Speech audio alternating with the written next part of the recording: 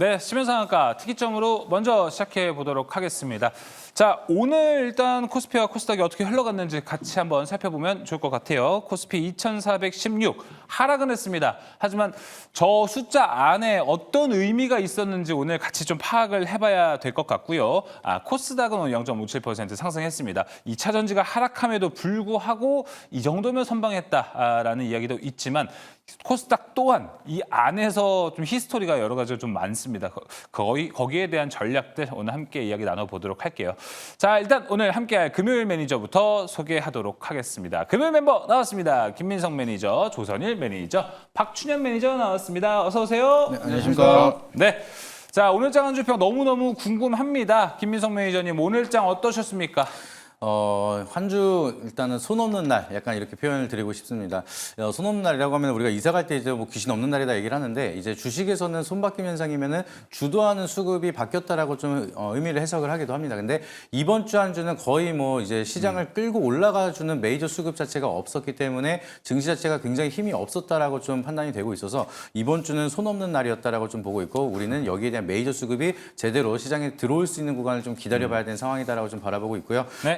지금 기관은 어느 정도 받쳐주는 역할을 하고 있지만 제대로 된 상승이 만들어지기 위해서 외국인에 대한 수급도 좀 긍정적으로 들어오는 구간까지 우리가 좀 지켜볼 필요가 있다라고 보시면 좋을 것 같습니다. 알겠습니다. 손 없는 날 하니까 뭐 이사, 결혼하는 날, 네. 뭐 이런 거 큰 중요한 날 또 따질 때 손 없는 날 이런 것도 보긴 하는데 오늘 또 손 없어서 삼성전자가 또 달려가지 않았나 좀 이렇게 좀 생각이 듭니다. 자, 이어서 조선일 매니저의 오늘장 한 주평 들어보도록 하겠습니다. 네, 저는 또 오늘 또 노래로 가지고 나왔습니다. 오랜만에.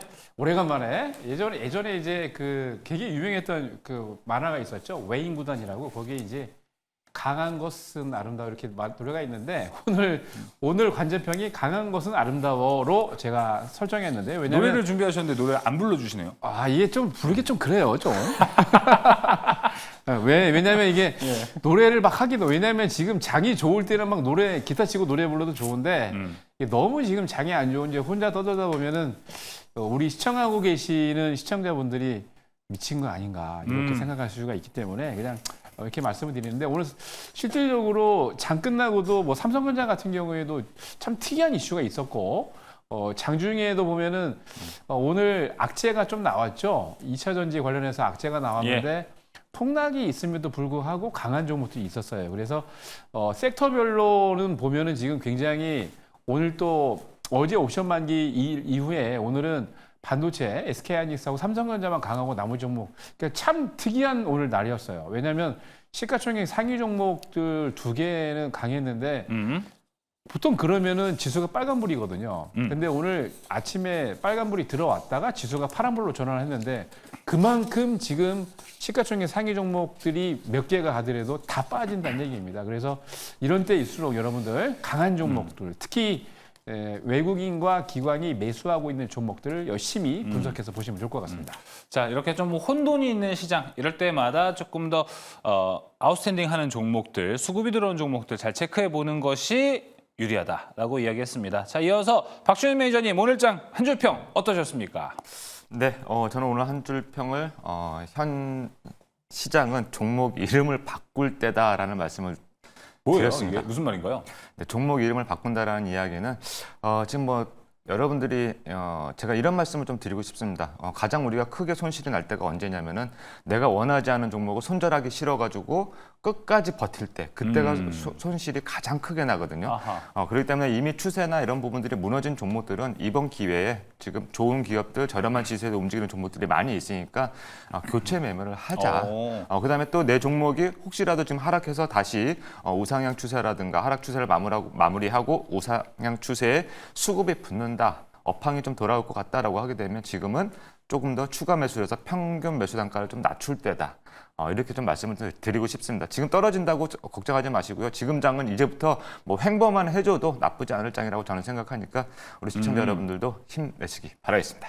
알겠습니다. 어떻게 보면 이제 다음 주 시장이 어떻게 될지는 모르겠지만 종목 이름 바꿀 때 포트 좀 재편성을 해보는 것도 나쁘지 않을 것 같습니다. 거기에 대한 종목들 오늘 또 박준현 매니저가 준비했으니까 함께 기대해 주시면 좋을 것 같습니다. 자, 특이점 들어가기 전에 오늘은 먼저 시장 리뷰가 좀 필요할 것 같아요. 먼저 김민석 매니저님. 네. 자, 삼성전자가 7% 상승 마감을 했습니다.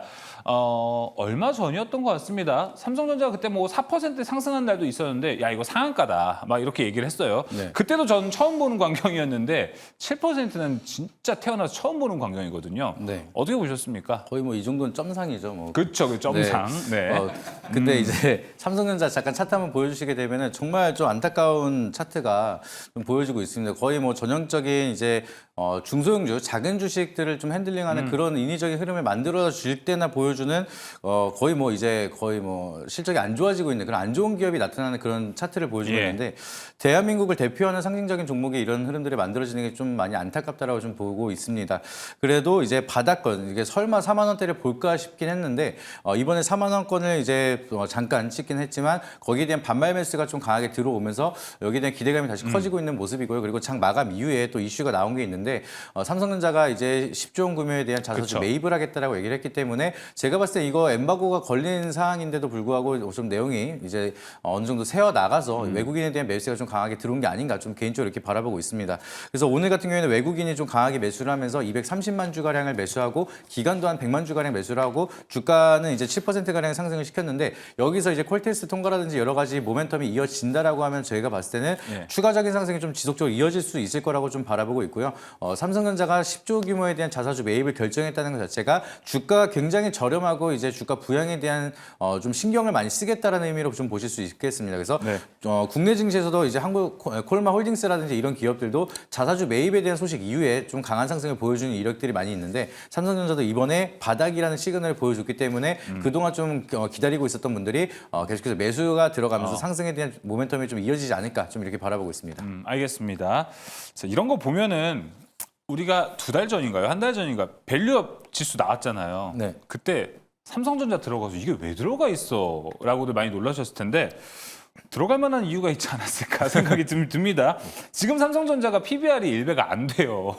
거기에다가 자사주 매입을 하고 소각을 하겠다. 이런 걸 본다면은 밸류업 지수에 들어갈 만하구나라고도 생각이 들기도 하네요.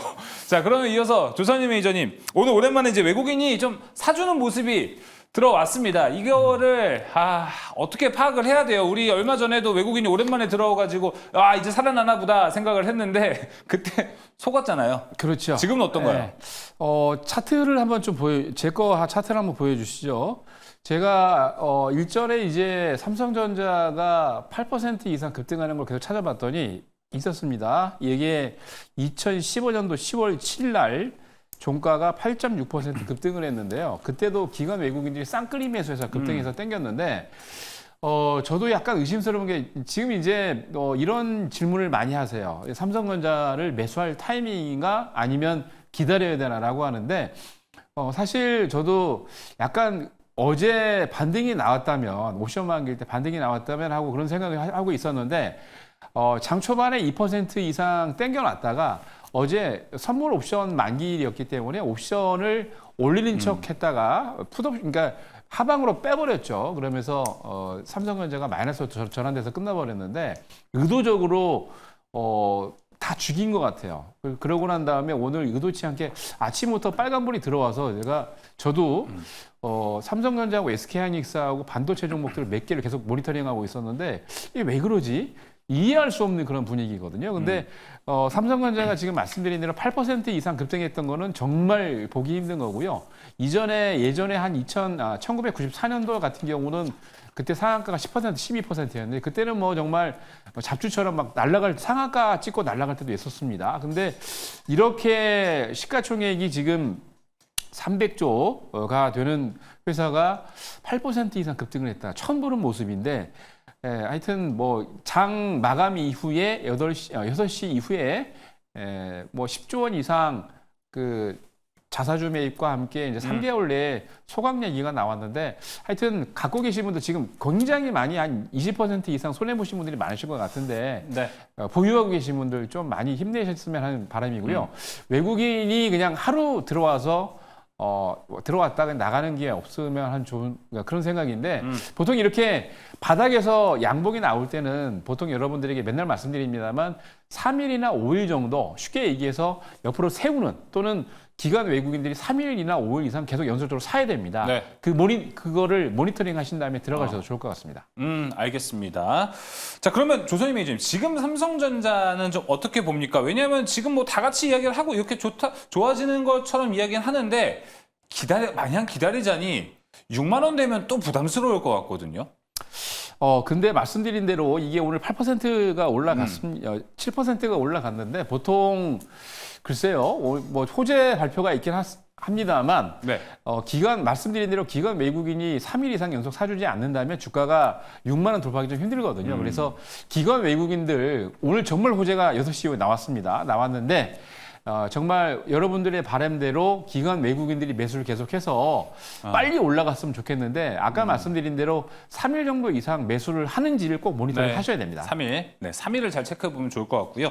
박준현 매니저님은 또 차트를 워낙에 잘 봐주시다 보니까 어떤 흐름이 앞으로 나올지 좀 궁금합니다. 삼성전자가 이렇게 너무 급하게 그리고 또 폭이 깊게 빠지다 보니까 상승할 때도 매물벽이 꽤 있지 않을까 이런 좀 생각은 드는데 거기에 대한 걱정은 따로 없으십니까? 네, 뭐 솔직히 말씀드리면은 제가 그냥 투자자 입장에서 말씀을 좀 트레이딩 입장에서 말씀을 드리면 네. 삼성전자가 지금 최근에 연속적인 하락세가 너무 가팔랐습니다. 예. 근데 솔직히 이 대형주들은 근데 이렇게 한번 가파르게 하락하고 나면 뭔가 크게 호재가 나오지 않는 이상 V자 반등은 거의 잘 안 나오는 편입니다. 이럴 때는 우리가 이제 정답이라고 할 수 있는 거는 물론 뭐 주식의 정답은 없겠지만 제 나름대로의 정답은 네. 만약에 내가 이 삼성전자를 1000주를 산다라고 가정을 하게 되면 뭐 한 300주씩 좀 나눠서 산다. 분할 매수한다 그러면 뭐 당장 지금 뭐 예를 들어서 오늘 53,500원인데 종가가 뭐 5만 원대 한번 사고 또 6만 원 올라갔다? 그럼 불타기 한 번 더 해서 또 한 번 더 사고 뭐 이런 식으로 충분히 가능하다라고 저는 생각을 하고요. 일단 차트를 한번 잠깐 보겠습니다. 삼성전자의 일봉 차트입니다. 자, 삼성전자 일봉 차트 지금 이게 빨간색 줄이 한 칸 한 칸 한 칸 이렇게 보이실 텐데 이게 지금 보시게 되면은 한 칸이 1년씩입니다. 1년씩인데 지금 주가 뒤로 이렇게 줄을 그어 보면은요. 한번 지금 브레이크가 걸릴 자리까지 내려오기는 내려왔습니다. 자, 이 이야기는 뭐냐면 2017년도, 2018년도 2018년도 또 미중 무역 전쟁 예. 트럼프 대통령이 이기 때였죠. 그렇죠. 자, 이렇게 지금 고점대와 이 저점대와 연결된 부분들이 이렇게 상당히 많이 있습니다. 이렇다는 이야기는 뭐냐면은 지금 자리에서는 기술적 분석으로는 한 번은 그러니까 지지를 받을 수 있는 자리까지는 왔다. 그렇기 때문에 저는 뭐 지금 분할 매수 관점이라면 저는 뭐 충분히 지금 한 번은 사도 괜찮다라는 말씀을 좀 드리도록 하고요.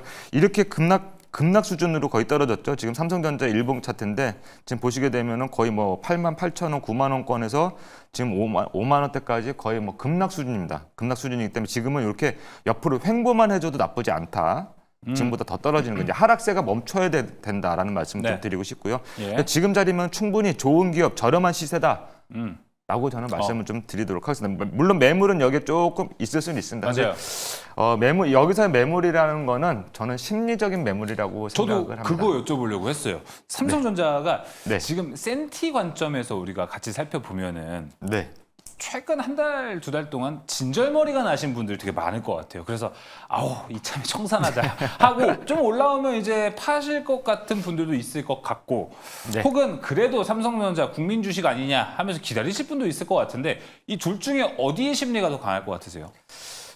저는 그 심리를 먼저 말씀드리기 전에 부동산에도 보면 강남 부동산 불패라는 이야기가 있듯이 네. 저는 삼성전자가 주식에서는 강남 주식이다라고 저는 생각을 합니다. 그렇기 때문에 삼성전자 단기적으로 내가 막 하루에 막 지금 뭐 5%, 10% 노리고 들어가지 않는 이상은 중장기적으로 나는 1년 내에, 2년 내에, 3년 내에 삼성전자로 나는 수익을 큰 돈을 넣어서 많이 볼 거야라고 생각하시는 분들은 저는 불패라고 네. 말씀을 좀 드리고 싶습니다. 알겠습니다. 나중에 또한 5년, 6년 지나서 이때 사놓을 걸 이러면서 또 후회를 하는 순간들이 또 오지 않을까 생각이 듭니다. 자, 오늘 시장에서요 삼성전자가 크게 올라갔습니다. 그러면서 반도체 소부장도 올라갔지만 지수를 보면은 오늘 왜 이러나 이렇게 생각이 드실 텐데 아무래도 첫 번째 특이점 때문이지 않을까 싶습니다. 첫 번째 특이점 통해서 또 다른 이슈 같이 한번 살펴보시죠. 첫 번째 특이점 열어주시죠. 네, 그 이유는 바로 2차 전지, 배터리가 좀 될 것 같습니다. IRA 전기차, 이 보조금 폐지할 수 있다라는 이야기, 그리고 거기에 적극적으로 동요하는 머스크의 모습 때문에 국내 2차 전지 밸류체인 오늘 모두 힘든 하루가 됐습니다. 한쪽에서는 반도체 때문에 좀 숨통이 트이나 했더니 한쪽에서는 또 한번 이렇게 내려버리다 보니까 이게 정말 쉬운 날이 없구나 이렇게 생각이 듭니다. 자, 먼저 조선희 매니저님 가보도록 하겠습니다. 일단 IRA 폐지가 지금 될 확률이 어느 정도라고 보십니까? 제가 보기에는 100%로 보입니다. 왜냐하면 이제 기본적으로 여러분들 생각을 해 보시면 사실 이번에 일론 머스크가 이번에 뭐 합의했다고 그러는데 이게 일론 머스크의 얘기는 벌써 7월 달에 트위터, 옛날 트위터, 지금 X에다 벌써 올려놨습니다. IRA, 쉽게 얘기해서 전기차를 쓰시는 분들에 한해서 한 대당 750불, 우리나라로 따지면 한 1,050만 원인데 이렇게 이제 인하를 주고 있는 거죠, 소비자들에게. 근데 그렇게 하는 거를 그만둬라. 그게 테슬라가 사는 길이다라는 거를 벌써 이미 7월 달에 올렸어요. 그리고 난 다음에 이번에 뭐 잘 아시겠습니다만 11월 5일 미국의 대선 전에 일론 머스크는 거의 3천억 가까이를 몰빵하듯이 그 트럼프에다 배팅을 했죠. 근데 지금 뭐 얼마 전에 뭐 발표를 했습니다만 뭐 효율성 뭐 대비 뭐 그런 부서가 생기는데 거기 장관급으로 이제 트럼프가 확실시 됐는데 지명이 됐는데 트럼프가 아니고 이제 일론 머스크가요. 근데 중요한 건 뭐냐면 이미 작정을 하고 7월 달부터 계획을 하고 있던 일론 머스크의 생각이었고요. 이거를 굳이 이렇게 얘기를 하는 이유가 뭐냐면 사실 뭐 우리나라 2차 전지에도 직격탄을 맞긴 했습니다만 일론 머스크가 미국의 정치의 특징은 유노텍스홀이죠. 승자 독식인데 2차 전지가 아니고 전기차 내에서 일론 머스크가 그걸 원하고 있는 것 같습니다. 여러분들이 뭐 제가 아무리 얘기를 해도 제 컴퓨터에 있는 화면을 좀 보여주시죠. 예. 여러분들이 이걸 딱 보면은 일론 머스크가 무슨 생각을 하고 있는가 아실 겁니다. 자, 지금 여러분 화면에 보고 있는 거는요. 맨 왼쪽에 있는 게 테슬라의 3분기, 밑에 빨간 거는 매출이고 위에 부분은 영업이익입니다. 그리고 두 번째는 리비안이고 세 번째는 루시드인데요. 테슬라는 3분기 때 251억입니다. 1억. 8천만 달러를 매출을 올렸고 10만 대 이상 판 겁니다. 그리고 영업이익은 무려 49억 9,700만 달러. 엄청나게 벌었는데 리비안하고 2차 전기차 관련 회사들은 다 말씀드린 대로 1,050만 원의 IRA 그 특혜를 받고 있기 때문에 다 이미 뭐를 하고 있습니까? 수혜를 보고 있습니다. 근데 리비안은 보이지도 않죠. 사실은 이게 매출이 8억 7천만 달러인데요. 그러면은 거의 한 몇 배입니까 이게? 7, 4, 28. 4분의 1토막밖에 안 되는 거예요. 그리고 루시드 같은 경우는 판매가 2억밖에 안 됩니다. 무슨 얘기냐? 이게 지금 140대 1이라는 얘기예요. 그러니까 잠깐 보시면 테슬라하고 지금 리비안이나 루시드 다른 기업들 아무리 다 합쳐도 테슬라 따라올 수가 없고요. 지금 위에 녹색 부분이 아까 영업이익이라고 그랬는데 리비안과 루시드 또 한 개 기업이 있죠. 그 기업들은 IRA 지원을 받았음에도 불구하고 적자입니다. 자, 일론 머스크가 왜 IRA를 하지 말라고 얘기했을까요? IRA를 적용하지 않으면 리비안, 루시드, 나머지 한 개 회사, 세 개 회사가 미국에 있는 세 개 회사가 다 적자이기 때문에 파산을 하게 됩니다. 네. 그러면 어떻게 돼요? 승자 독식하게 되는 거죠. 자, 기본적으로 여러분들 하나 또 여러분들이 관심 가져야 될 게 그럼 중국 기업들이 들어오면 어떻게 될까? 중국 기업들은 이미 미국에서는 어떻게 하고 있습니까? 테러피, 그러니까 관세 장벽을 두고서 1,000만 원짜리가 2,000만 원, 3,000만 원, 두세 배 이상 비싸지는 거죠. 안 삽니다. 그리고 미국 내에서도 말씀드린 대로 지금 관세 IRA를 적용하지 않으면 테슬라 빼고 나머지는 다 적자예요. 1년, 2년 안으로 다 문 닫습니다. 거기다가 이걸 피하기 위해서 리비안이나 루시드 같은 전기차들은 IRA 특혜를 받기 위해서 이게 되게 까다롭습니다. 왜냐하면 기본적으로 미국 내에서 있는 부품들 생산 공장을 만들어야 되고 이렇게 해서 해야 되니까 굉장히 어려우니까 뭐를 하고 있냐. 여러분들 그 리스를 하죠. 자동차 리스를 하는데 리스자 같은 경우는 IRA 적용을 그러니까 1,050만 원 특혜를 받긴 하는데 IRA 직접적인 전체적인 내용의 그런 조항을 안 받거든요. 그러니까 살짝 피해 가지고 그런 페퍼를 쓰고 있는데 만약 진짜 IRA가 없어진다면은 수혜를 안 받는다면 테슬라 빼고는 중국차 같은 경우에도 미국에서 살아남을 수가 없고 지금 말씀드린 대로 미국을 대표하는 이런 전기차 기업들 싹 사라지고 테슬라만 남습니다. 그리고 네. 기본적으로 제가 테슬라가 리비안하고 지금 말씀드린 루시드 같은 경우는 적자를 내고 있는데 테슬라 같은 경우는 제가 한 이 프로그램에서 2년 전인가 3년 전에도 말씀드렸죠. 테슬라는 전기차만 하는 게 아니고 전체 매출과 영업이익의 80%를 전기차에서 내고 있는데 나머지 20% 정도를 뭐에서 내고 있습니까? 바로 전기차뿐만이 아니고 바로 에너지 사업부에서 내고 있습니다. 에너지 사업부도 매출이 23억 달러가 넘어가요. 그 정도로 비중이 높은데 그래서 테슬라를 자동차 회사로 보고 있다면 큰 오산이다라고 2년 전부터 말씀을 드렸었는데 에너지 같은 경우에 지금 거의 작년 대비 거의 한 52% 증가했고요. 매출도 영업이익 또한 23% 증가했습니다. 전체적으로 봤을 때 에너지 쪽 단에서도 내년에 더 매출이 한 50에서 60% 이상 늘어나기 때문에 자동차 섹터에서는 당연히 유너텍스홀에서 승자 독식으로 전기차 부분을 싹쓸이를 할 거고요. 에너지도 지금 에너지 그리드 사업을 엄청나게 지금 하고 있죠. 그래서 에너지 사업도 하고 있기 때문에 그쪽에서 엄청나게 매출과 네. 영업이익을 내고 있기 때문에 다른 기업들하고는 비교가 안 됩니다. 그렇기 때문에 아까 말씀드렸던 그 IRA 폐지법 분명히 폐지가 될 거고요. 그렇게 네. 된다면 오늘 그것 때문에 지금 SK 하이닉스하고 삼성전자 빼고 현대차부터 시작해가지고 뭐 2차 전지 관련주 모두 다 조정을 했었는데 간혹 그 중에서도 이제 약간 매수가 들어오는 플러스가 들어오는 종목이 있긴 했었습니다만 이런 이슈 때문에 참 우리나라 증시가 너무 힘들었던 하루였던 것 같습니다. 알겠습니다. 자, 그럼 지금 IRA 보조금이 폐지가 될 가능성이 상당히 높다라고 조선희 매니저님이 이야기를 해주셨는데 그러면 조금 더 나아가서 국내에 워낙 2차 전지 섹터들이 크고 거기에 관련된 종목들이 많다 보니까 우리가 봐야 되는 거는 그렇다면 우리는 이제 앞으로 이 테슬라 밸류체인 안에 있는 종목들만 봐야 되나? 라고 생각이 들고 그 외에 다른 것들을 그러면 어떻게 하지? 라고도 좀 생각이 들거든요. 조선희 매니저님은 그럼 테슬라 밸류체인만 봐야 된다고 보십니까? 아니면 2차 전지 전체가 안 좋아질 거라고 보십니까? 제가 이제 지난주에는 이제 LG 에너지 솔루션만 말씀을 드렸었는데 네. 약간 제가 조금 이제 지난주 사실 이제 LG 에너지 솔루션도 좋긴 합니다만 약간 이제 노선을 좀 바꿔서 제가 봤을 때는 당분간 2차 전지가 오늘 제가 계속 요즘은 반도체 2차 전지 그다음에 제약바이오를 동시효과부터 8시 40분, 50분부터 계속 모니터링 하고 있거든요. 한 50개 정도 되는 종목들을요. 근데 모니터링을 해보니까 오늘 거의 뭐 2차 전지 종목들 뭐 거의 동시효과의 하한가나 거의 20% 이상 다 폭락했었거든요. 무슨 얘기냐? 1차적으로 오늘 반대 매매가 나왔습니다. 그동안 이제 2차 전지를 오랫동안 갖고 계셨던 분들 또는 분할 매수하셨던 분들이 신용까지 써가지고 갖고 있었기 때문에 반등이 나오겠지, 급등이 나오겠지 하고 있다가 오늘 반대 매매가 한 번 나왔고요.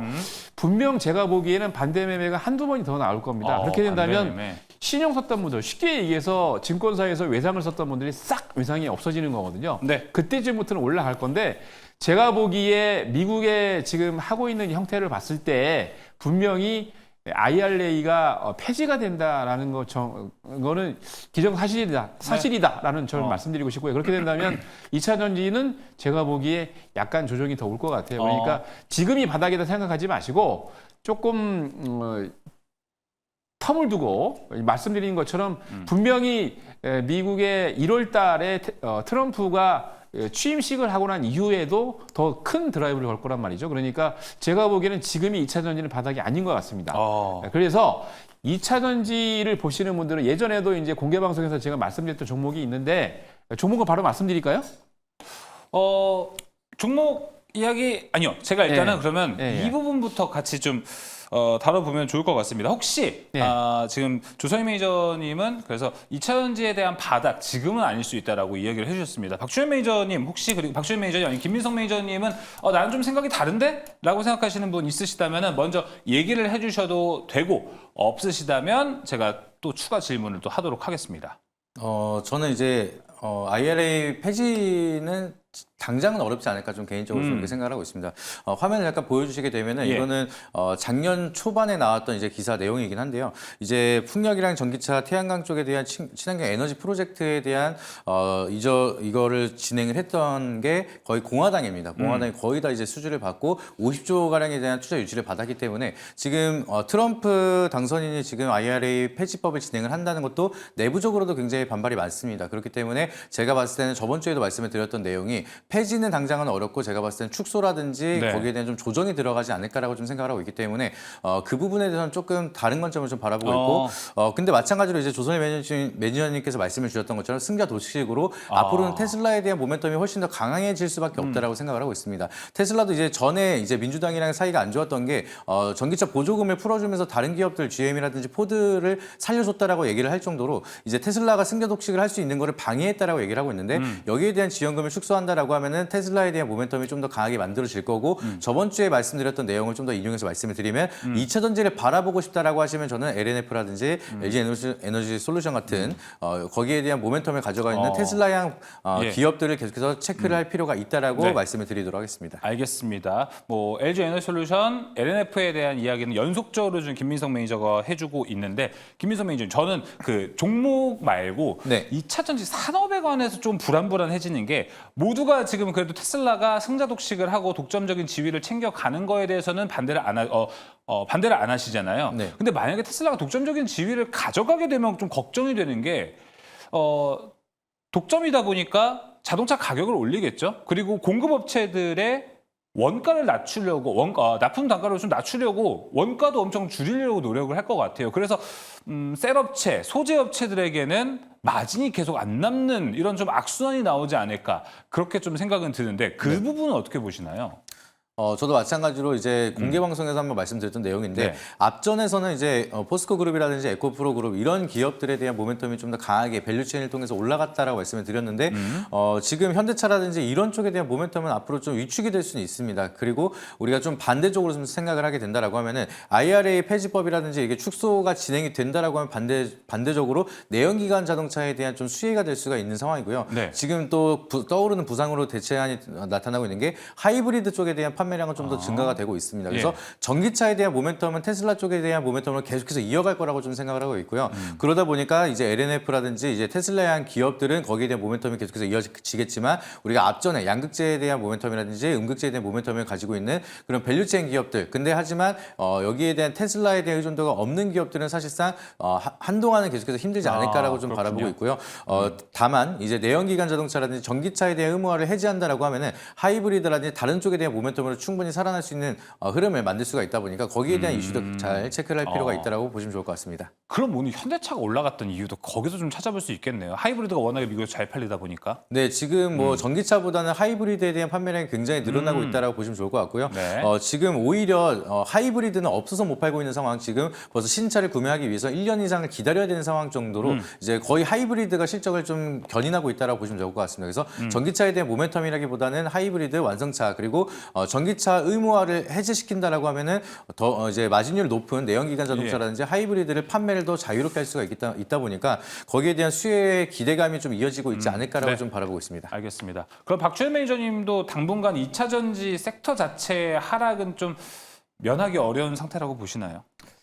네, 뭐 당분간은 조금 힘들지 않을까. 뭐 가장 중요한 부분은 저는 잘 모르겠습니다. 뭐 2차 전지 뭐 전 세계적으로 뭐 테슬라가 뭐 승자 독식을 한다 등등등 뭐 IRA 폐지가 된다. 등등등 저는 잘 모르겠고 일단은 우리 그 관련된 종목들을 일단 뭐 아까 말씀하신 그 LNF라든가 LG 네. 에너지솔루션이라든가 이런 종목들을 보게 되면 기술적으로 지금 하락 추세를 멈췄습니다. 하락 추세를 멈추고 지금 어느 정도는 좀 상승 추세로 조금 돌려 세우려고 하는 흐름들이 나오고 있어요. 여기서 이제 수급만 붙어주면 충분히 뭐 테슬라 향에 대한 어떤 기대감이 반영이 돼서 올라갈 것이고 또 그렇다면 어떻게 돼요? 그런 아이들이 올라가게 되면 이제 후발주들, 종목들, 아우 종목들이 또 전반적으로 같이 분위기를 타서 올라가는 겁니다. 예전에도 마찬가지로 2015년, 2016년도 이때쯤 전기차가 그때부터 시작을 어떻게 보면 우리나라 증시에는 그때부터 출발을 했다. 테마로 출발했습니다. 그러고 나서 지금은 어떻게 보면 뭐 LG에너솔루션이라든가 이런 시총 큰 종목들도 나오면서 어떻게 됐다? 아예 이제 업종으로 자리 잡았지 않습니까? 예. 그렇다시피 지금 저는 전기차 섹터 자체가만 놓고 본다면 기술적으로는 지금 어떻게 된다?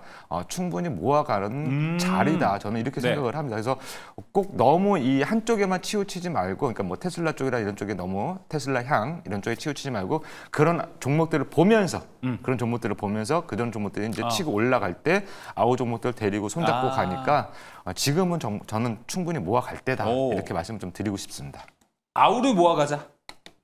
인 겁니까? 네, 맞습니다. 어. 어떻게 보면 그렇게 볼 수 있습니다. 알겠습니다. 일단은 테슬라 밸류체인 안에 있는 LG 에너지솔루션, LNF 아마 형님들이 좀 될 것 같습니다. 이 형님들이 좀 주도를 한다 보면은 따라가는 아우들 잡아보자라고 이야기를 했는데, 자 박주현 매니저님 그럼 그 아우들부터 먼저 들어보도록 하겠습니다. 네, 저는 이제 오늘 이제 펜트론이라는 종목을 준비를 했는데요. 네. 자, 펜트론이라는 종목도 이제 일단 지금 LNF 일봉 차트 먼저 한번 보실게요. 자, LNF 일봉 차트입니다. LNF 일봉 차트 지금 보시게 되면 이렇게 하락 추세를 멈추고 이렇게 지금 하락 추세를 멈추고 여기 자리에서만 지금 횡보만 해줘도 나쁘지 않은 그런 흐름들이 나올 거다라는 말씀을 좀 드리고 싶고요. LG에너지솔루션은 이미 하락 추세가 멈췄습니다. 하락 추세가 멈추고 이후 지금 보시게 되면은 약간 좀 횡보하는 그런 흐름들이 나오고 있는데 여기서 이제 수급만 한번 크게 붙어준다라고 하게 되면 이런 식으로 붙어주면은 충분히 동생들을 이끌고 갈 수 있을 거다라는 말씀 드리도록 하고요. 자, 그리고 제가 오늘 펜트론이라는 종목을 준비했습니다. 자, 펜트론이라는 종목은 이미 이 아이들 보시게 되면 테슬라 향, 그다음에 뭐 등등등 이런 걸 다 떠나서 추세를 사는 건 저는 시세를 산다라고 말씀을 드리거든요. 주식 투자는. 그러면 하락 추세를 멈췄습니다. 하락 추세가 이렇게 지금 고점을 낮추고 있죠. 근데 저점이 높아지고 있습니다. 고점이 낮아지는 추세를 우리는 이렇게 하락 추세라고 이야기를 하고요. 저점이 높아지는 추세를 우리는 어떻게 한다? 상승 추세라고 합니다. 근데 이 상승 추세에서 지금 어떻게 된다? 거래가 붙고 있습니다. 수급이 붙고 있습니다. 이쪽에 보면 수급이 아무것도 없죠. 근데 지금 수급이 붙고 있다라는 이야기는 뭔가 시장에 지금 어떻게 된다? 관심을 받고 있다. 그리고 또 누군가는 지금 사람 모으고 있다. 저점에서. 예. 이렇게 생각을 합니다. 그렇기 때문에 이런 종목, 이런 펜트론이라는 종목 같은 추세가 있는 종목들로 여러분들이 아까 제가 오늘 한 줄 평에도 말씀드렸다시피 내가 지금 고통받고 있는 종목이 있다면은 이렇게 조금씩 한 번에 다 팔고 다 이렇게 사지 마시고 조금씩 교체해서 만약에 뭐 100주를 갖고 있다면은 한 20주, 30주 정도씩 해가지고 네. 교체를 하면 좋겠다 이렇게 말씀을 좀 드리도록 하겠습니다. 알겠습니다. 아우, 펜트론 소개가 됐고요. 자, 이어서 조선희 매니저님, 그동안 2000제 얘기할 때 항상 뭐 LG에너지솔루션, LNF 강조 많이 했습니다. 하지만 오늘은 새로운 종목이 있다고 말씀해 네네. 주셨죠? 원래 이제 그 테슬라 향으로 해서 LG엔솔을 강조를 많이 해드렸는데 제가 이제 오늘 하루 종일 모니터링을 계속 반도체, 2차전지, 아까 말씀드린 제약바이오를 했었는데 2차전지 종목들이 다 전부 다 폭락해가지고 조정하고 있는 동안에도 네. 엔캠이나 뭐 중앙첨단 소재 같은 이제 전해액 관련주들이 아주 강하더라고요. 돌아왔는데, 근데 그런 종목도 좋은데 저는 오늘 여러분들에게 이제 SKC 공개 방송에서도 몇 번 말씀을 드렸죠. SKC에 대해서 여러분들 한번 관심 가질 때가 됐다라고 말씀드리고 싶습니다. 뭐 SKC는 여러분 잘 아시겠습니다만 전 세계 1위의 동박 기업인데 제가 SKC를 언급드리고 있는 이유가 딱 한 가지입니다. 왜냐하면 다른 기업들은 거의 대부분이 이 2차 전지 쪽에 올인돼 있는데 이 종목 같은 경우는 2차 전지뿐만이 아니고 여러분 잘 아시는 기판이 있죠. 예, 새로 나온 여러분들 아시는 기판. 예, 그 기판을 기판. 네. 예, 기판의 최대 수혜주입니다. SKC가. 그래서 오늘 이제 안 그래도 삼성전자는 SK하이닉스가 굉장히 강한 것을 보고 반도체가 다시 가려나? 라는 생각에 이 관련 종목들을 찾아보니까 이게 2차 전지는 사실 이게 아까 말씀드린 대로 IRA에 직격탄을 맞으면 조금 리스크가 있지만 SKC 같은 경우는 기판 쪽으로 또 새로운 모멘텀을 형성을 하기 때문에 그렇게 된다면 한쪽이 약간 리스크할 때 한쪽에서는 매출과 영업이익이 많이 날 것으로 보여지기 때문에 네. SKC 한번 관심을 가져보시기 바랍니다. 알겠습니다. 조선희 매니저님 SKC를 소개해 주셨다라는 거는 제가 일단 여기 내포되어 있는 뉘앙스는 2차 전지 지금 당분간 좀 피해야 된다라고 말씀해 주신 것처럼 들리긴 합니다. 맞으시죠? 네, 맞습니다. 네, 알겠습니다. 일단은 SKC 유리기판에 대한 모멘텀을 좀 챙기고 있기 때문에 거기에 대한 것도 보시면 좋을 것 같고요. 이어서 김민성 매니저님은 어떨까요? 계속 그동안의 기조 유지를 하실지 궁금합니다. 네, 저 같은 경우는 2차 전지를 투자를 하신다라고 하면은 LNF랑 LG엔솔 역시. 이 두 가지만 보셔라라고 말씀을 드렸습니다. 그 전에 앞전에 보여줬던 에코 프로비엠이라든지 포스코 퓨처엠 같은 경우에는 차트 한번 보시게 되면은 예. LNF랑 LG엔솔 같은 경우에는 차트가 아직까지도 그래도 어느 정도 떠 있는 상황입니다. 오늘 약간 조정을 받긴 했는데 그동안 다른 기업이랑은 좀 다르게 이제 모멘텀 자체가 먼저 올라갔다 보니까 기계적인 차익 매물이 만들어지면서 이제 조정이 좀 깊었지만 그럼에도 바닥에서 약간 상방에 올라와 있는 박스권 안에서 유지가 되고 있는 상황이라 보시면 좋을 것 같은데 차트 한 번만 띄워주시면은 에코프로비엔 같은 경우에는 아예 뜨지 않고 아직까지도 계속해서 하방에 대한 추세가 계속해서 이어지고 있습니다. 그래서 이 흐름만 보더라도 이제 테슬라 향에 대한 기업들과 그동안에 이제 밸류체인을 국내에 대한 인프라만 이제 구축을 하고 있었던 그런 기업들에 대한 모멘텀 자체가 밸류체인에서도 이제 엮일 수가 있는 거고요. 이제 우리가 재작년에 2차 전지에 대한 대시세가 나타났을 때는 국내에 대한 밸류체인 때문에 올라갔던 기업들이 이번에 약점이 됐다라고 말씀을 드렸습니다. 그래서 네. 지금 2차 전지를 투자한다라고 보시면은 LNF라든지 LG엔솔 이쪽을 지켜보셔야 된다고 말씀을 드리고요. 보유자 같은 경우에는 아직까지는 그래도 이제 상당 박스권에서 지지 라인을 이제 잘 버텨주고 있는 구간이기 때문에 이 라인을 깨지 않는다라고 하면은 회복할 때도 이 두 기업이 먼저 올라갈 거라고 말씀을 드립니다. 그래서 지금 보유자분들은 일단은 지금 홀딩하는 영역이다라고 말씀을 드리고요. 신규 매수를 좀 고민하시는 분들은 조금 더 바닥을 한 번 더 확인을 하고 나서 진입을 해도 이 두 종목은 나쁘지 않다라고 말씀드리도록 하겠습니다. 네, 보유자 입장 그리고 신규 매수 입장 다 이렇게 따로따로 이야기를 해줬습니다. 신규 매수 입장은 아직은 조금 더 지켜봐야 될 것들 이야기를 좀 했습니다. 자, 그럼 첫 번째 특이점 여기서 마무리를 해보도록 하겠습니다. 이어서 두 번째 특이점 넘어갑니다. 두 번째 특이점 열어주시죠. 네, 자 젤렌스키 우크라이나 대통령이 이제 연설에서 내부 복원, 우크라이나의 내부 복원 계획을 준비 중이라면서 다음 주쯤에 발표를 할 것이다. 뭐 이렇게 얘기를 했습니다. 이러다 보니까 다시 한번 우크라이나 재건주들이 시동을 걸면서 좀 움직이기 시작했고 이게 일단 종전환이 아닌 전후, 이 재건 등 우크라이나 지속 가능성에 대한 구상을 좀 강조를 했습니다. 김민석 매니저님, 네. 자 재건주들은 뭐 이제 트럼프 트레이딩과 관련해서도 계속 왔다 갔다 시세가 좀 많이 올라간 추세입니다. 진짜 근데 확실한 추세가 여기서도 나올 수 있을지 궁금합니다. 사실 시장에 대한 좀 모멘텀 자체가 아직까지는 그렇게 강하지 않다 보니까 네. 트럼프 트레이드에 대한 모멘텀이 좀 계속해서 이어지고 있습니다. 그래서 거기에 대한 좀 트레이딩 관점으로 좀 이제 주제를 발제한 것도 가장 크고요. 그런 이제 시장에 대해서 매매할 게 많이 없다 보니까 테마성에 대한 모멘텀이 좀 더 시장에 대한 부각이 되고 있어서 거기에 대한 관점을 좀 지켜보시는 게 좋을 것 같습니다. 항상 제가 말씀을 드리는 거는 우크라이나 재건주가 진짜 커다란 시세가 나타나기 시작을 하는 거는 재건이 실제로 수주가 들어가고 실적이 찍혔을 때 좀 지속성 있게 계속해서 실적을 기반해서 EPS라든지 ROE가 찍히면서 올라가는 게 좀 제대로 된 시세가 나올 거라고 항상 말씀을 드리고요. 네. 지금 같은 경우는 여기에 대한 모멘텀이 좀 더 강하게 만들어지고 여기에 대한 이제 종전환이 아닌 이제 재건에 대한 전후 재건에 대한 모멘텀이 만들어지지만 그럼에도 이제 재건이 이제는 진짜로 들어갈 수가 있겠구나라는 기대감이 만들어진다라고 하면은 지금 시장에서는 좀 주목을 받으면서 오히려 좀 없는 수급이 이쪽에 더 쏠리게 된다라고 하면 더 강한 상승세가 만들어질 수가 있다 보니까 좀 지켜볼 만한 구간이다라고 좀 보시면 좋을 것 같습니다. 알겠습니다. 한 가지 말씀드리고 싶은 건 오늘 삼성전자가 크게 올라갔잖아요. 네. 이게 만약에 삼성전자가 같이 반도체로 쫙 들어올리는 장세가 나온다면은 희한하게 이쪽 재건주들은 좀 소외를 받을 가능성이 있지 않을까? 그거에 대한 생각도 있지만 어떻게 좀 보십니까?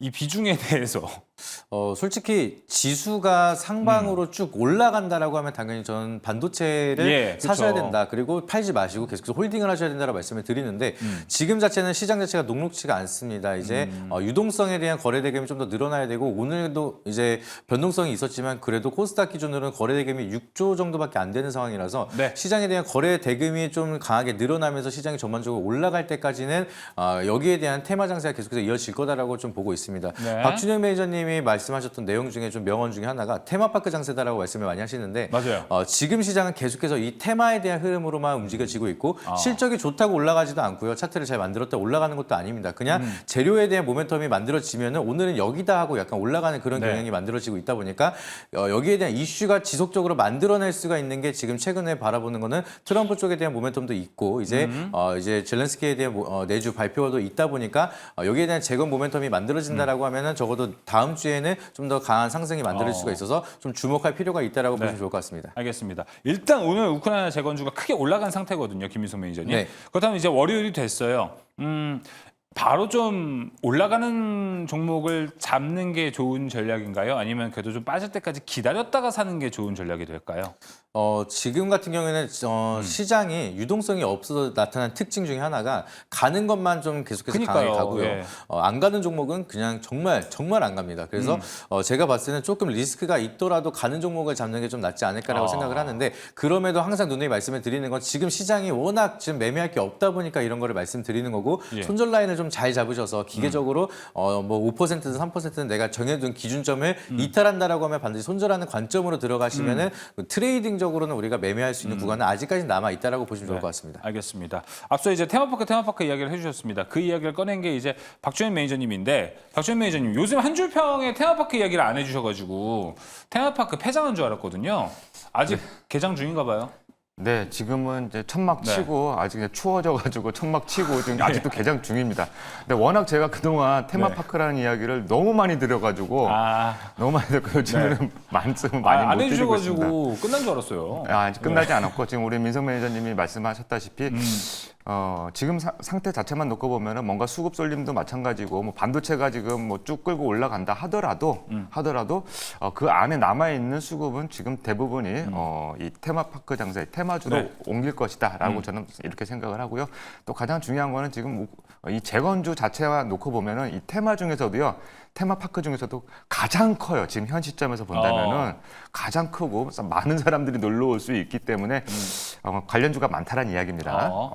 그렇기 때문에 지금은 어떤 모멘텀이 나오기 전까지는 네. 꾸준하게 우크라이나 재건 또 남북 경협주 등등등을 같이 보시면 좋겠다 이렇게 말씀드리도록 하겠습니다. 맞습니다. 많은 사람들이 놀 수 있는 진짜 큰 재건 테마파크인 것 같은데 여기가 그러다 보니까 사실 지금 시장에서 딱히 빠질 만한 이슈는 없을 것 같다라고 생각이 들어서 이게 리스크가 있을까? 이런 생각도 사실 들어요. 근데 조선일 매니저님, 이제 이 우크라이나 내주 10가지 보건 계획이 이제 발표가 되면요.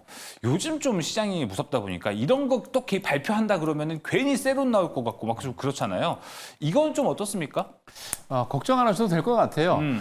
제가 이제 매번 이제 실시간으로 텔레그램에 여러분들에게 많은 정보를 드리고 있죠. 하루하루. 근데 오늘 또 사실은 이제 여러분 잘 아시겠습니다만 공화당 쪽 특히 트럼프 관련인들이 폭스뉴스하고 아주 가까운 것 같아요. 그래서 어제 관련인들이 폭스뉴스 얼마 전에는 또 폭스뉴스 출신 뭐 소령 출신의 앵커를 뭐 국방부 장관을 임명하겠다 뭐 그런 얘기도 있었는데 어제 발표 나온 내용을 보니까 트럼프가 조만간 우크라이나 관련 재건 관련 장관을 임명하겠다고 얘기를 했습니다. 그러니까 그게 다음 주 지금 말씀드린 젤렌스키가 우크라이나 관련 10가지 보건을 얘기를 하면서 조금 시간이 지나면 트럼프가 말씀드린 우크라이나 재건 관련 특사를 발표할 건데 사실 트럼프의 일기 때도 그게 있었습니다. 우크라이나가 원래 이제 2014년도죠. 러시아가 크림반도, 그러니까 다 러시아가 쪼개지고 난 다음에 크림반도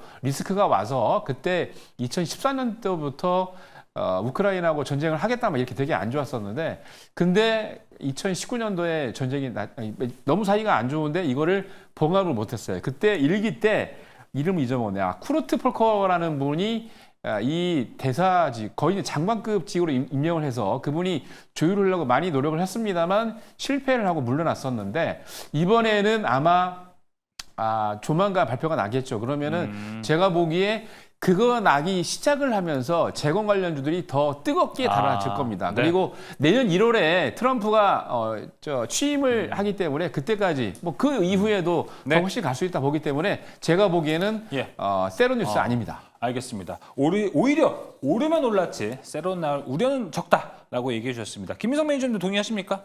네, 이게 뭐 종전에 대한 협상이 아니다 보니까 네. 전쟁이 끝나기 전까지는 세론이 뭐 크게 나타나지 않을 거라고 생각을 하고 있고요. 전쟁이 끝나서 진짜 재건이 들어간다라고 하면 단기적인 세론이 나타나고 네. 그 다음에 실적이 찍히면서 다시 한번 조정 이후에 강하게 나타날 수가 있다 보니까 아직은 너무 섣부르게 세론에 대한 우려감까지는 좀 너무 걱정할 필요는 없다라고 하지만 그래도 이제 리스크 관리는 어느 정도 해두시는 게 미리 좋긴 하다라고 말씀드리도록 하겠습니다. 알겠습니다. 자, 그러면 여기서 우리는 바로 어떤 종목을 좀 압축해봐야 될지 김민석 매니저의 종목 먼저 좀 들어보도록 하겠습니다. 네, 앞서 말씀드렸던 것처럼 가는 종목이 계속해서 간다라고 말씀을 드렸는데 네. 데모랑 현대 에버다임 하면 이제 우크라이나 재건주하면 바로 떠오르는 종목입니다. 왜냐하면은 앞전에 재건주에 대한 모멘텀이 처음 이제 만들어지기 시작했을 때부터 대표적으로 좀 강한 상승을 보여줬던 종목들인데 결국에는 재건이 시작이 된다라고 하면은 중장비 쪽에 대한 수요가 더욱더 늘어날 수밖에 없습니다. 그래서 실질적으로 가장 먼저 수혜를 받을 수가 있는 게 바로 현대 에버다임이랑 데모 쪽에 대한 모멘텀이 좀 더 빠르게 확산이 될 수가 있다 보니까 실적에 대한 기대감이라든지 인프라 확대에 대한 기대감, 테마성에 대한 재료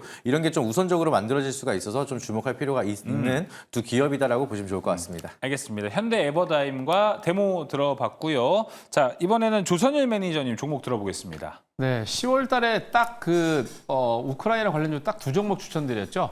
바로 SY 스틸텍하고 SG였습니다. 근데 SY 스틸텍은 거의 추천드리고 지금 오늘 또 상한가를 들어갔죠. 그래서 그쵸. 거의 100% 가까이 올라갔고요. SG 같은 경우는 걱정하지 말라고 말씀드렸죠. 사실 이제 인도의 한 개 주, 우리나라보다 크다고 그랬죠. 그 주 지금 도로 깔고 있는 거 준비를 하고 있고요. 인도네시아 수도 이전하고 있는데 SG가 고의를 다 합니다. 근데 지난번에 10월 달에 이게 다 끝난 거 아니냐라고 해서 많은 분들이 걱정하셨는데 끝난 게 아니라고 그랬죠. SG도 다시 출마를 했습니다. 그래서 제가 말씀드렸던 SY 스틸텍 그리고 SG 관심 계속 갖고 계시고요. 예. 제가 보기에는 두 개의 종목이 이쪽 분야에서는 1등입니다. 그래서 두 개 종목은 빠짐없이 잘 여러분 관찰하시기 바랍니다. 알겠습니다. SY 스틸텍과 SG 이쪽에서는 이게 1등이다라고 이야기했습니다. 자, 그럼 박주현 매니저님 종목 어떤가요? 네, 저는 다스코라는 종목을 한번 관심주로 준비해봤습니다. 일단 차트를 보면서 말씀을 좀 드리도록 좋습니다. 하겠습니다. 뭐 SY 스틸텍, SG 등등등에서 뭐 대장주 역할을 잘 해주고 있고요. 자, 지금 다스코 같은 경우는 지금 8,000원짜리가 지금 3,600원대 움직임이 나오고 있습니다. 추세로 봤을 때는 자, 이게 최저점이 앞부분 이쪽이거든요. 그럼 여기까지 이렇게 선을 그어 본다면 하락 추세를 지금 면하고 있다. 저 단기적인 추세로 봐도 지금 5,000원짜리가 3,000원대까지 조정을 받고 여기 보시면 이렇게 저점이 조금씩 높아지고 있죠. 자, 그리고 거래가 지금 조금씩 붙고 있습니다. 이렇다는 이야기는 누군가는 만약에 지금 이 종목이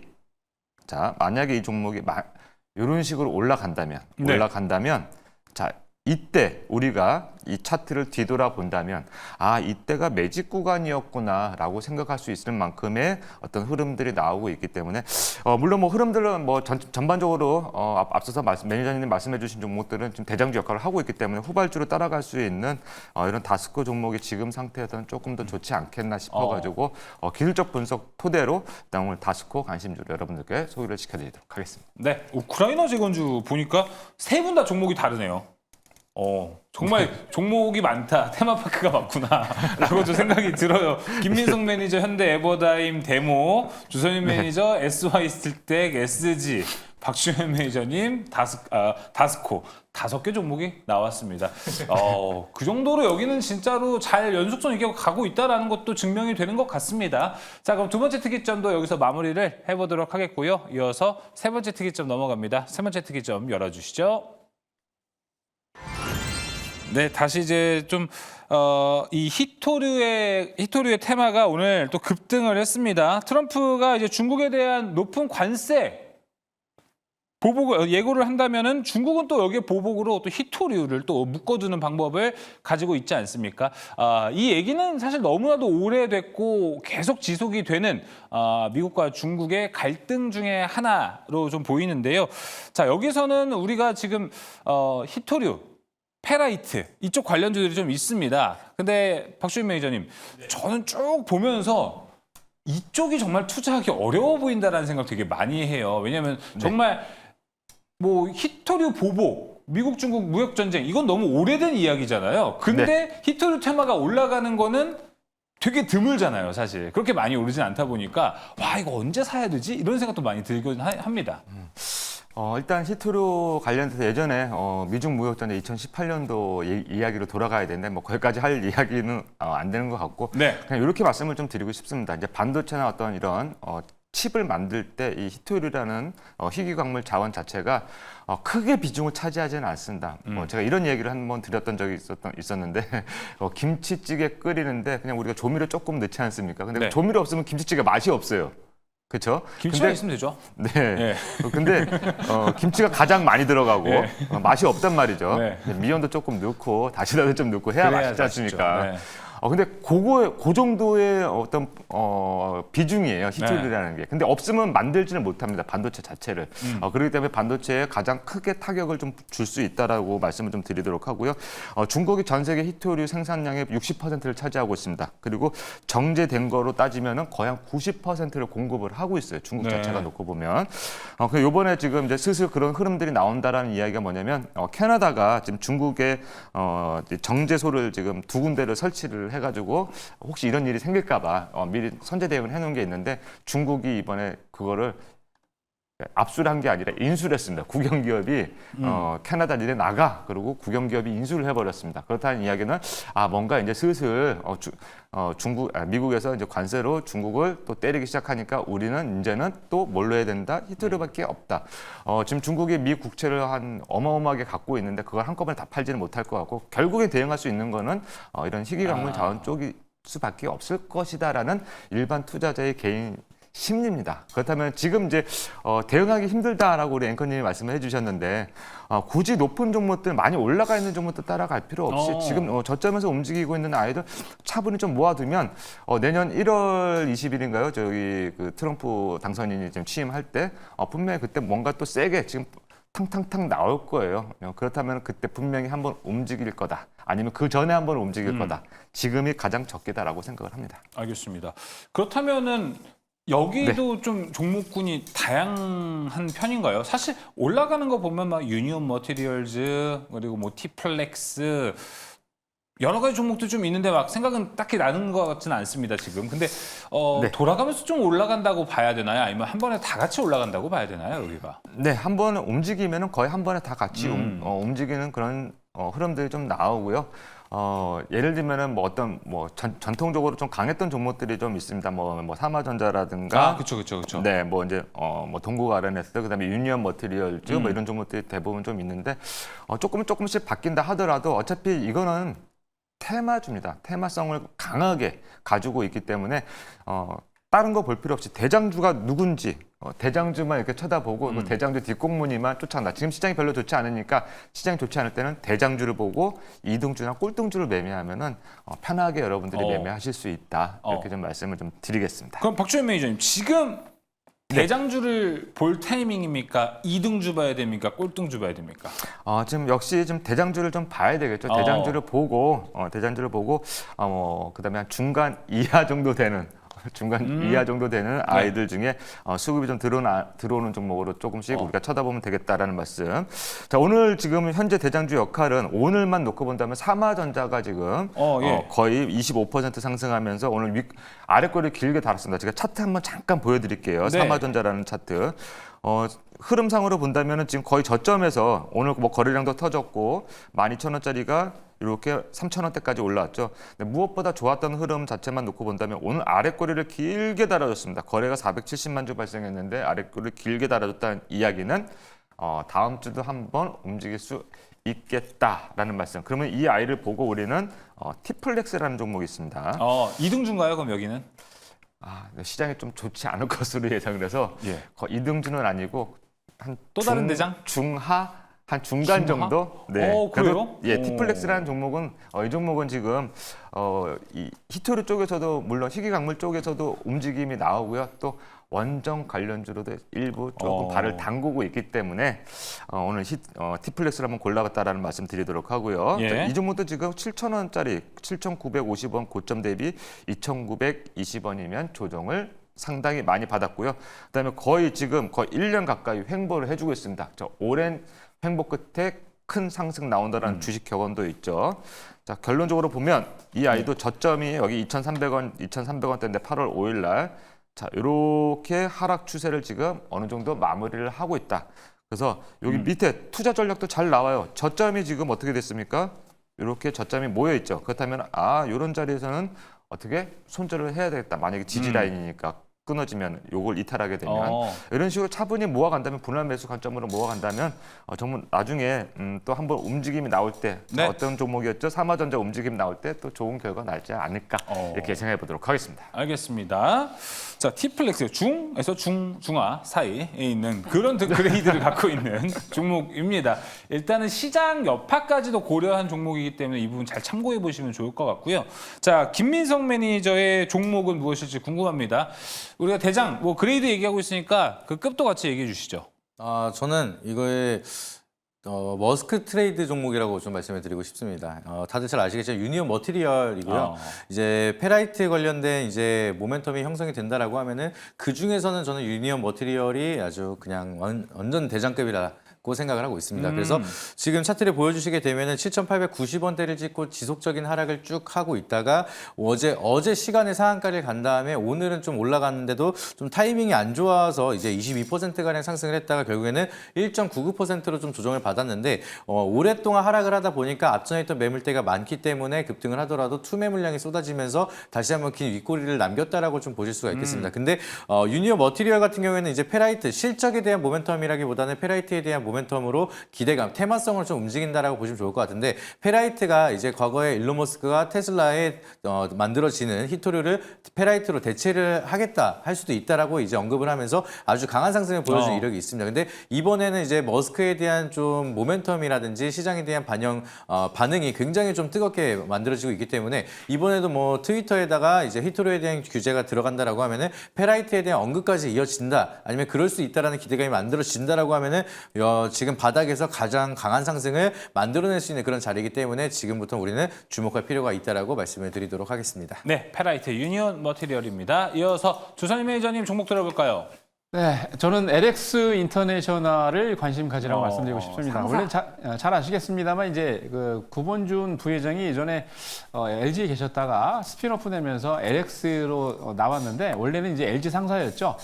이 회사 같은 경우는 오래전부터 히토류 관련해 가지고 중국이나 미국 여러 군데서 분쟁이 나기 때문에 그거를 타개하기 위해서 전 세계의 히토류 광산에 투자를 많이 했습니다. 그리고 갖고 있는 지분도 있고요. 실질적으로 거기에서 지금 우리나라에서 수입해오는 광산에서 수입해오는 좀 많은데 차트를 지금 잠깐 보시더라도 차트가 단기적으로 5월 21일 날 급등을 하고 난 다음에 이때도 원래 이슈가 있었죠. 그때 거래량이 터졌는데 거래량이 터지고 난 다음에 지금 박스권 횡보를 보시는 것처럼 하고 있다가 그 밑으로 떨어졌어요. 그러면은 박스권 하단 부위까지 이탈을 하면 항상 이 종목은 반등이 나오더라고요. 그래서 제가 보기에 우리 박미리전님 이슈가 부각이 된다면 LX 인터내셔널이 한 번쯤 한 32,000원 내지 33,000원까지 한 번 갈 것 같습니다. 그래서 네.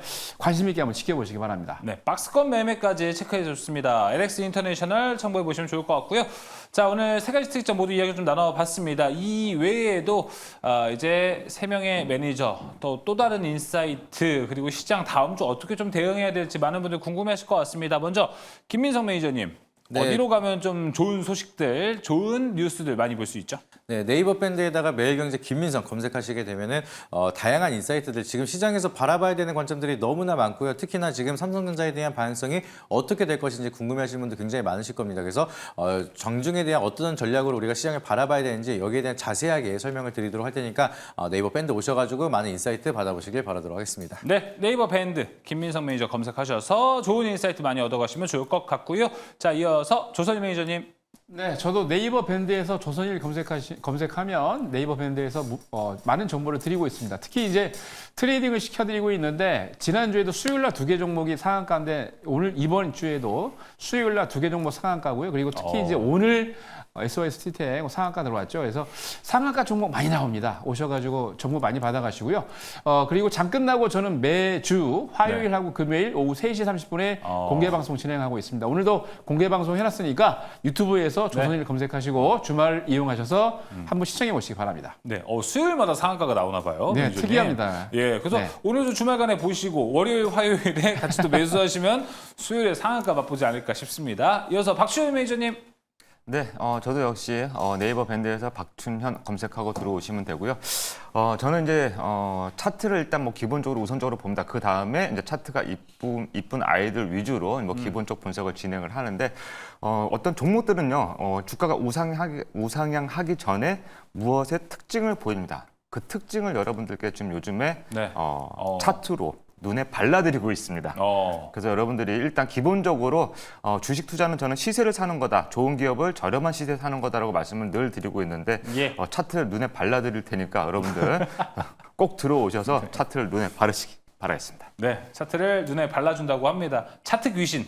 박춘현 매니저와 함께 하셔서 이런 좀 테마 장세에서는 또 좋은 종목들이 차트를 통해 움직이는 경우가 상당히 많습니다. 박춘현 매니저와 함께 인사이트 얻어보시면 좋을 것 같습니다.